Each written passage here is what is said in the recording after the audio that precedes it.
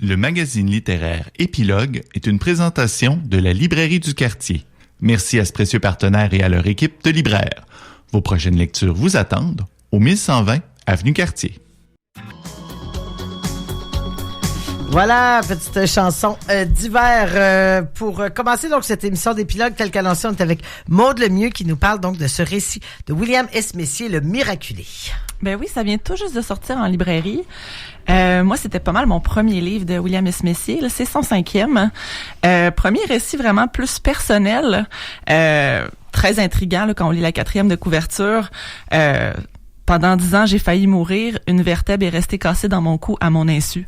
Et c'est vraiment comme ça, en fait, que le récit prend forme. Là, on comprend que c'est comme ça que l'auteur a construit son récit à l'âge de 5 ans. En fait, dans une cour de garderie, il va en fait faire une chute d'un jeu d'enfant, tu sais, le genre de jeu où on s'agrippe après des anneaux. Là. Oui, tout à fait. Il va tomber. Bon, il tombe pas de très haut, on s'entend, mais ça va lui casser une vertèbre. Il va avoir des suivis à l'hôpital, radio, etc., intervention.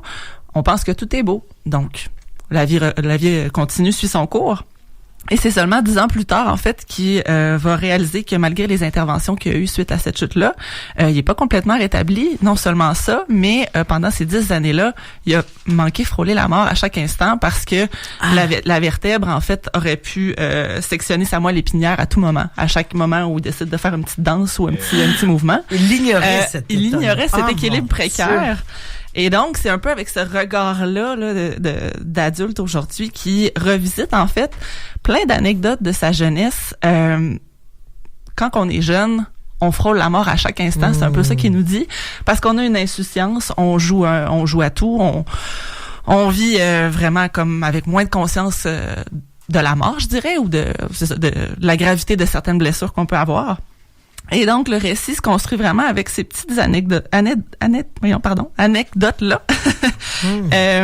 Et c'est vraiment touchant, en fait. C'est vraiment une belle écriture. Le miraculé, ben c'est lui, en fait. Ça fait littéralement, là, à l'hôpital, les médecins et les infirmières lui disent c'est le petit miraculé. On n'y croit pas, là. En fait, il devient comme un peu un cas spécial.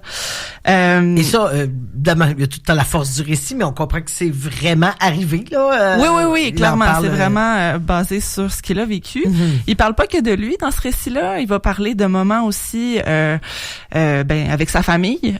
Donc, ces anecdotes-là, c'est vraiment des moments où ils ont failli avec sa mère et sa sœur un accident de voiture. Ils passent tout près d'un accident assez grave.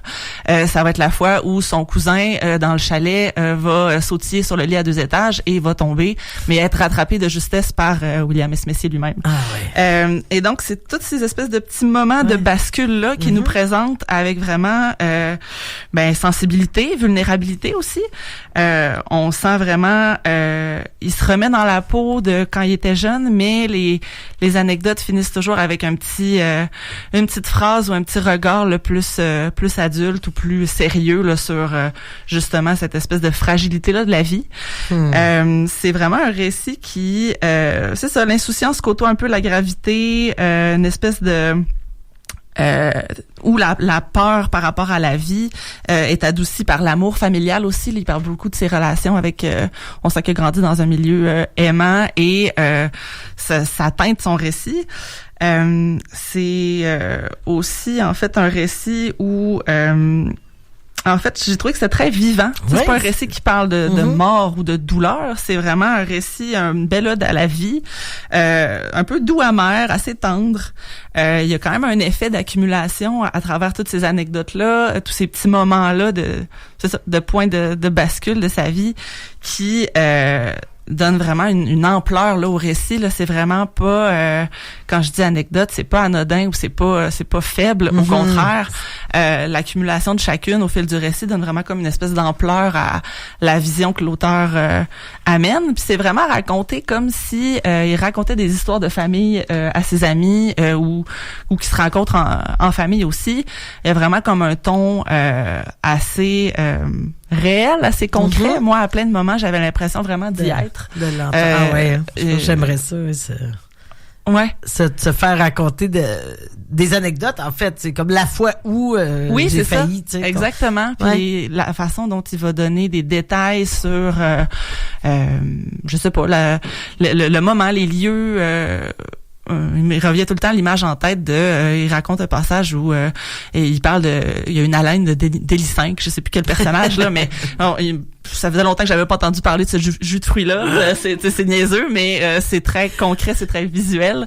Et d'ailleurs, oui, parce que c'est propice, ces anecdotes, on présume, là, il a quoi, une quarantaine d'années, ou à peu près, on sent qu'il a grandi, quoi, dans les années 80, 90, où la notion de sécurité aussi, parfois, était différente, ou est-ce qu'il y a un aspect un peu de nostalgie des gens de son âge qui se reconnaîtraient dans l'enfance qu'il décrit?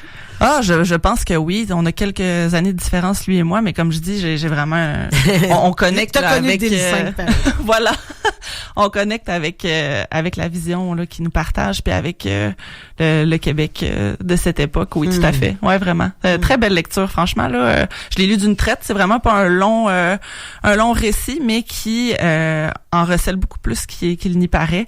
Vraiment, une très belle lecture des parutions de l'hiver. Là. Vraiment. Quelque chose de très intéressant, j'amène ailleurs, Maude, parce que, tu dis, j'écoutais ta chronique à la lumière d'un nouveau sujet, c'est que William Messier, donc on sent quelque chose des bons sentiments, en tout cas à certains égards, relativement. Et là, on apprenait cette semaine qu'il sera l'auteur de la série policière Doute raisonnable, après 3 saisons. Je sais qu'on partage la passion pour cette chronique ensemble, et on apprenait dans la chronique du Gaudima hier, ou vendredi, que il serait donc le scénariste pour la 4e saison. William S. Messier. Surprenant, mais je sais pas, je connais moins son travail d'écriture pour la télévision. Exact, moi aussi, tout à fait. Ça sera une découverte, mais... Parce que là, il ira dans les bas-fonds de l'âme humaine pour des crimes à caractère sexuel, dans le cas de Doute raisonnable. Rappelons que c'est donc l'excellent Marc-André Grondin et l'excellente Julie Perrault qui font 2 policiers d'une escouade spéciale contre les crimes sexuels, filiale de la police de Montréal, c'est ce qu'on comprend.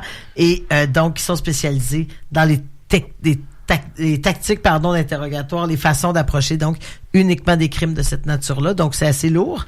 On a le plus sombre de l'âme humaine, mais aussi des solutions puis des héros qui...